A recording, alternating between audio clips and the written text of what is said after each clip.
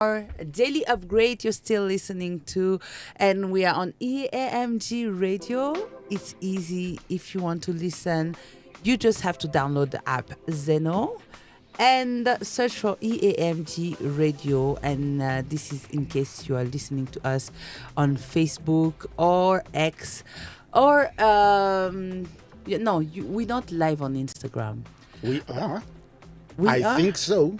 We Okay. have to. I shall verify that. Since we are the daily upgrade, we have to be there. I think yes, maybe. I will be so shocked if you are not live on Instagram. No, we feed.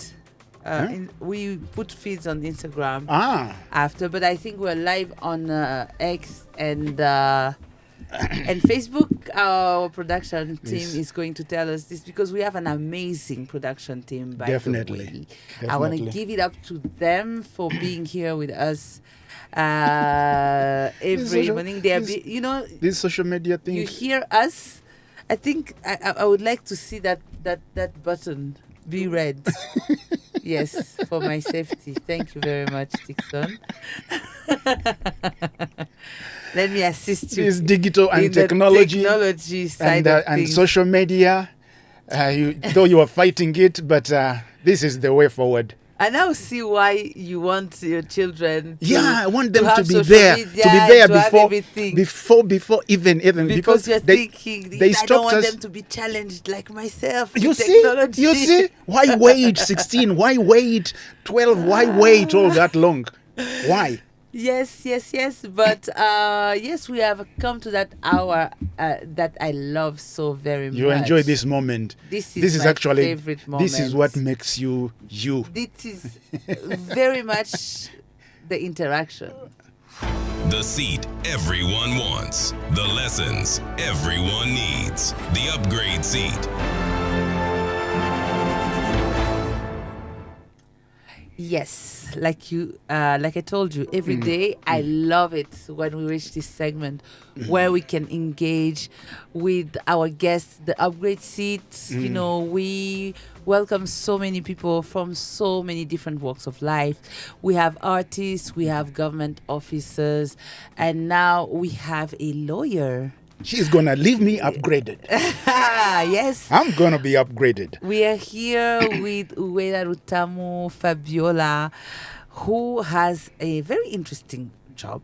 You are a technology lawyer working at the intersection of law, AI, and digital rights.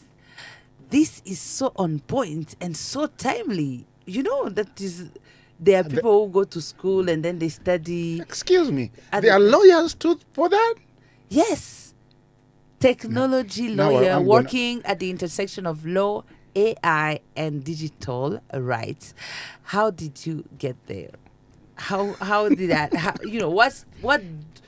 My question is, what drew you in that space? But also, how did you think of doing that? Good morning. Good morning. We went straight. You're right. Good morning. Natasha was having a How was conversation. your morning? What is your highlight of the morning? It's like the first thing we usually ask our guests is to describe their morning and how they feel. But you see how you threw me off with your functions, and I can't just wait to get into it. But yes, you're right. Good morning. Good morning. Yes. My morning was super early. I normally don't wake up this early, but I'm happy to be here. Oh, thank you very much. Welcome. We really appreciate it. Yes. Thank you. Yeah. Welcome. So now. Anything on the road that you would love to share on your way here, since you normally don't wake up? Natasha once told me she had no idea that there was a bus lane. I did not know there was a bus lane until I started working at TMG.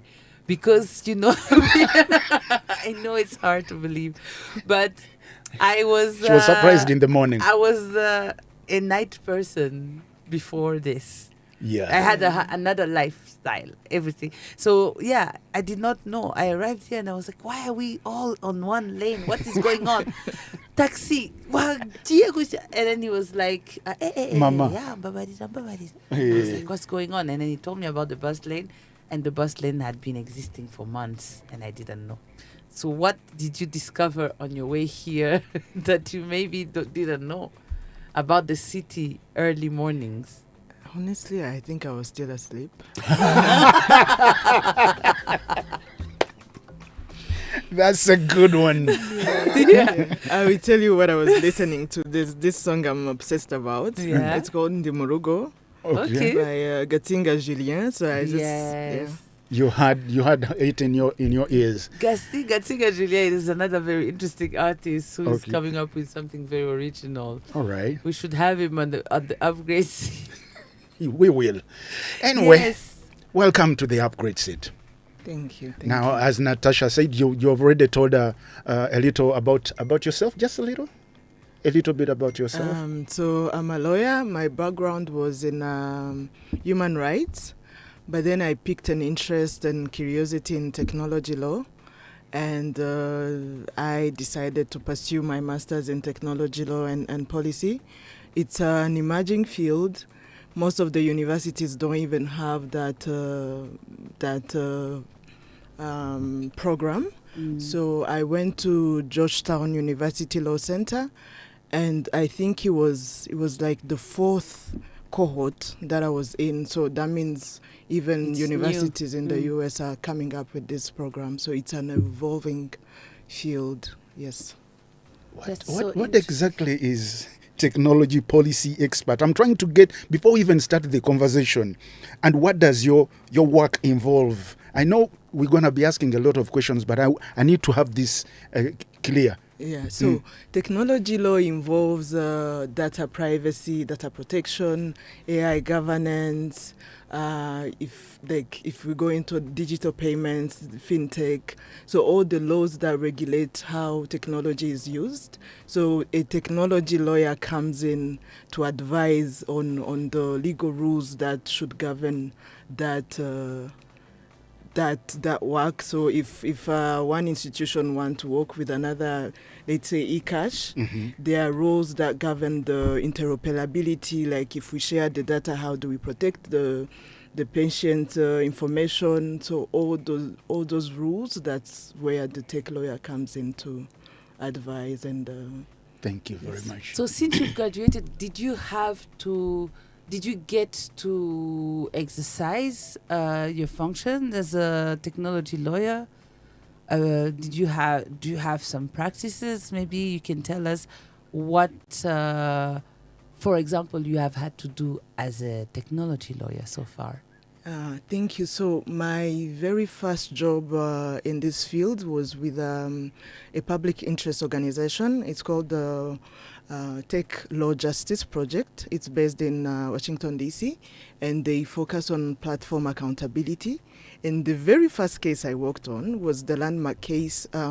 There's a case that was against character AI. It's a chatbot. So it's an app. You go on that platform. There are many celebrities. You can pick, Beyonce or Jay-Z, and then you talk to him. But it's a bot. It's an AI chatbot. Okay. So the case was about a 14-year-old boy who has been interacting with Khaleesi from the Mother of Dragon, Game of Thrones. From Game of Thrones? Yeah. So he developed a relationship with Khaleesi, and then at some point, the chatbot Khaleesi told him to join her. And then, story. yeah, and then the boy, unfortunately, the father was a policeman, and there was a gun in the house, and then he shot himself to join this chatbot. So the case was, we were suing character AI for that, because there were no safety guardrails. Any child, any person could use that character AI. So he had a duty to at least have like some age restriction or some safety inbuilt. Okay. Yes, because how, but that's murderous. So I wonder, now that all comes to the programmers and all of these people, how how does that come to that? Did you what happened with that case? Did you win the case? It's still in the court, and it Yeah. started in 2024, but it's still not yet decided. So what we used was there's a principle in tort law called strict liability. If I may give an example, so if you go in a shop and buy a car, a toy for your kid that has a defect, and you take it home or it harms your child as he plays, you can go back to the factory and be like, there was Something wrong. a defective design in your car, and it harmed my kids. So that's strict liability. So when it comes to tech as well, we can claim that your system, your app has a defective or addictive features that compel kids to stay on and interact with the systems. And because this was an AI companion type of case, because he had already developed that attachment, and as a platform, you have the duty to at least govern or make sure that the the end user know that he's talking to a chatbot and not a person and not a therapist and not a lover. Yes. And so what's the defense? What are they saying for their case? Like, not that, how are they defending themselves? So in most of the cases, it all comes to the parents. No, in this particular case, yeah? Yes, even the tech platforms claim that no, this a 14-year-old boy have no business to be on this platform, or if he is on these platforms, the parent have a duty to at least see what he's doing and monitor his social media use for guidance. Yes. Okay. So it comes back to parents again and again. Parents have a very, very big part to play as far as using social media and using internet is concerned. Yes, but parents don't create these platforms. They don't create the platforms, but they need to know how their kids are using them. Huh. Let me give you an example. You remember when you were a teenager? Around that age, 15, 16. I remember that we were not supposed to go out of the house. Right? My parents were very strict. My dad was very strict. And I did not have the right to leave the house. Literally, other kids were going to parties. They were doing a lot of things. But me, I was supposed to go home, stay in the house after school, do my homework. And most of the time, when I would ask my dad, can I go out for a party afternoon, 3 p.m. to 6 p.m.? You were back home. And the answer would be no. And after so many no's, I developed my own thing where I would pretend that I was in the bed. I even went out for longer than I could. If he had said yes, I would have gone for the afternoon parties. But once I knew that it was always going to be no, I had this little thing that I would put in my bed, to pretend pillows? that not just pillows. It was more elaborate, to look real. And then I would just go. I would just go and come back in the morning. And no one would know that I was outside. I remember at that very particular time, there's one of the girls who did the same. And then she found herself in a situation where there was a fight, and then someone's eye got damaged. They had to go to South Africa to operate on him. It was a big story at the time. And when they called the dad told them, no, but she's in the room. She's sleeping. They were like, no, she's not. go verify, and then they found out that she was not there. So I think that sometimes we give parents all the task, and yet the children are not just the parents' children. They are the community's children, right? It's everyone's responsibility, in my opinion, to care for the well-being of children. Yes. Because parents can only do as much. Children are stubborn. Children want to discover. They are curious. It's in the nature of a child, I believe. Mhm. So, in that case, if they blamed my dad for me being outside at odd hours, will he be to blame? Well, a little bit, because he should have said yes. Definitely. But exactly, that's what. And Maybe then followed me. maybe he was over strict. Yeah, we Then- never know. Sometimes Yeah. a parent is over strict, sometimes too lenient. It's never the right thing. There's yeah, always a reason. That's why it's called parenting. It's But parenting. do you believe all the responsibility should be held by the parents? No. And when you look at there has been a regulatory shift. Now we are shifting the responsibility on the tech platforms and not on the kid and not on the parents.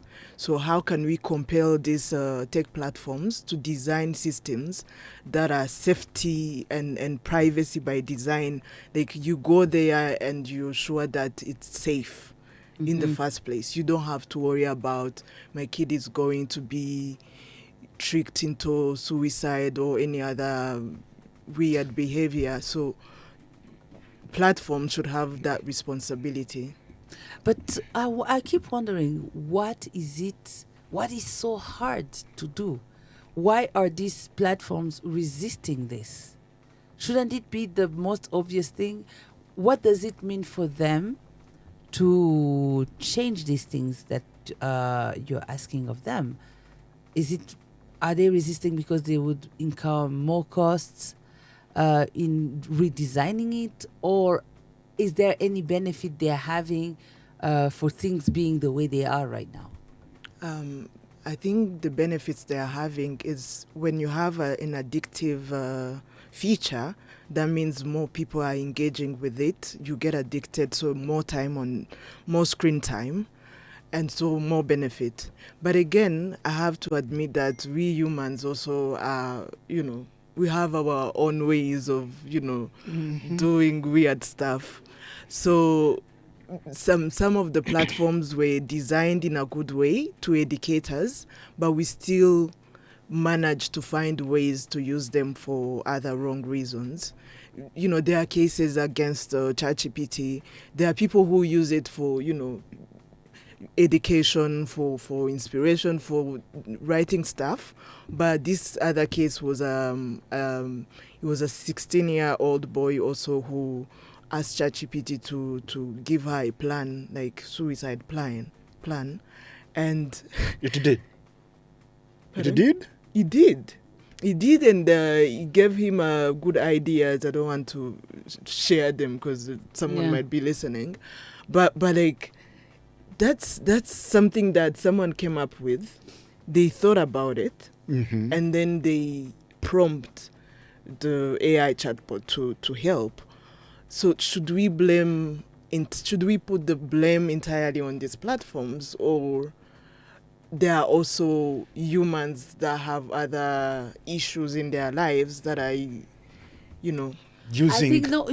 I think that nowadays everything should be done with psychologists, right? Because we are living in an era. We are no longer people who go to hunt.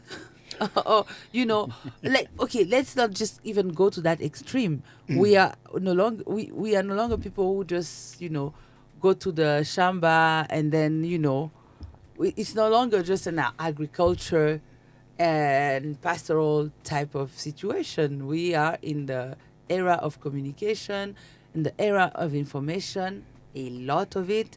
So we are in an era of connection and interaction, which means that a lot of what we are doing involve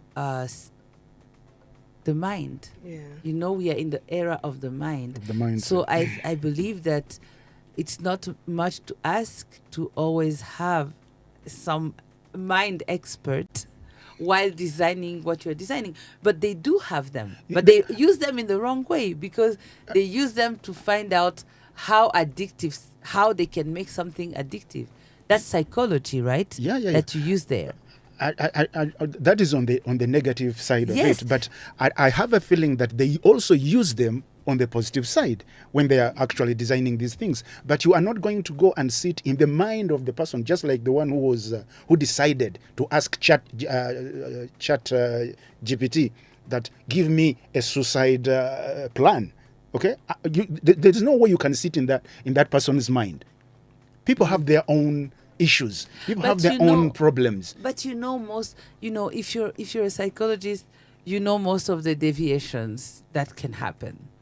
And I think you can prevent.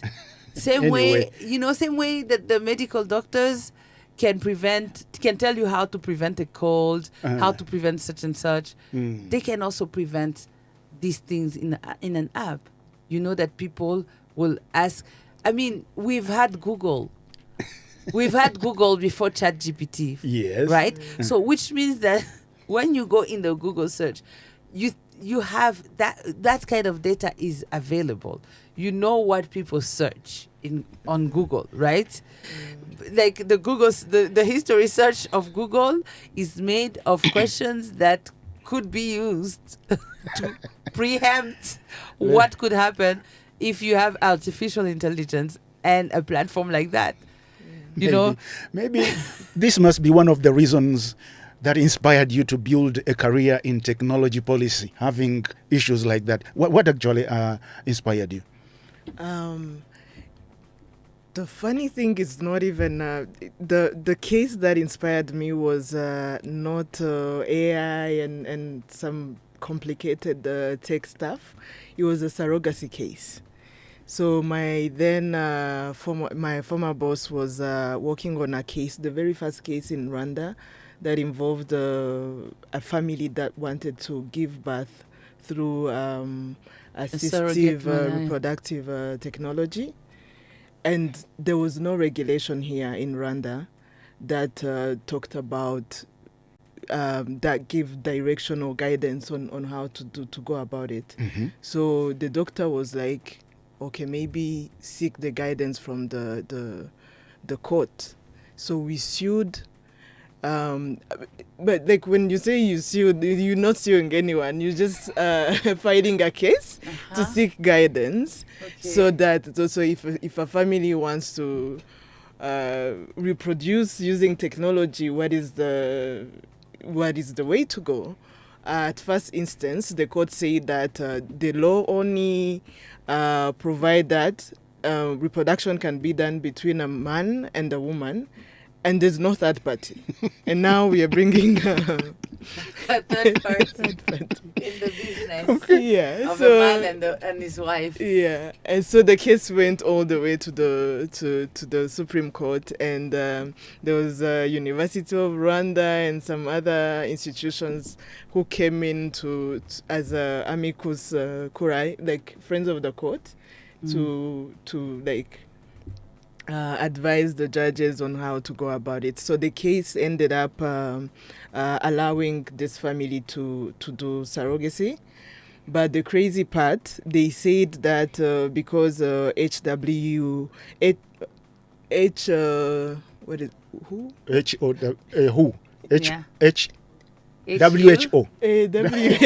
Oh yeah. recommends that a mother has to breastfeed the child for 6 months.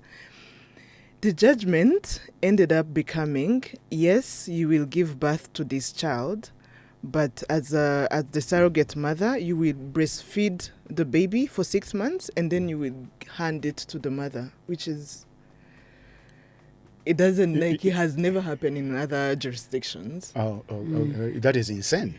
It's insane. Yeah. So that's the case that brought you, that gave you the idea Yes. So when I went to do my program, I wanted to do, because when you're doing a master's, you have to write a thesis. So I wanted to write on assistive reproductive technology, and then I realized that there's a whole new world of technology law with AI and robots and AI and national security, health information, and I was so fascinated. I was like, this is it. I'm taking this program. Okay. Wow. So how many like you are in Rwanda? How many lawyers? How many technology lawyers do we have? Do you know? Do you know if you have some colleagues in the field? I know people. I know two guys, but another is in entertainment law. Entertainment law also has another layer of technology. There are people who are in fintech, or, blockchain and all that. So there are so many Different. Okay. All right. Well, my last question, so that we go for a break. What is that one technology trend everyone should be paying attention to right now? I think we should acknowledge that AI is changing the game in everything. For lawyers, currently the contracts that I receive are AI generated, and they're only asking me to review them, not drafting them. So everyone now have this, they believe that they can do anything with AI, and that has changed the game. Kids are no longer doing homework. They have to use, so We have had this discussion on this very topic. Okay, so yes, so AI is something to watch out for. Interesting. All right, this is Fabiola, and we are still on the daily upgrade. We are asking one question: should children below 16 be allowed to access social media? Dixon says yes. I say no. And we would like to know what you say about that. Write to us at EAMG Radio on X, Instagram, or Facebook. We would like to know your opinion. The seat everyone wants. The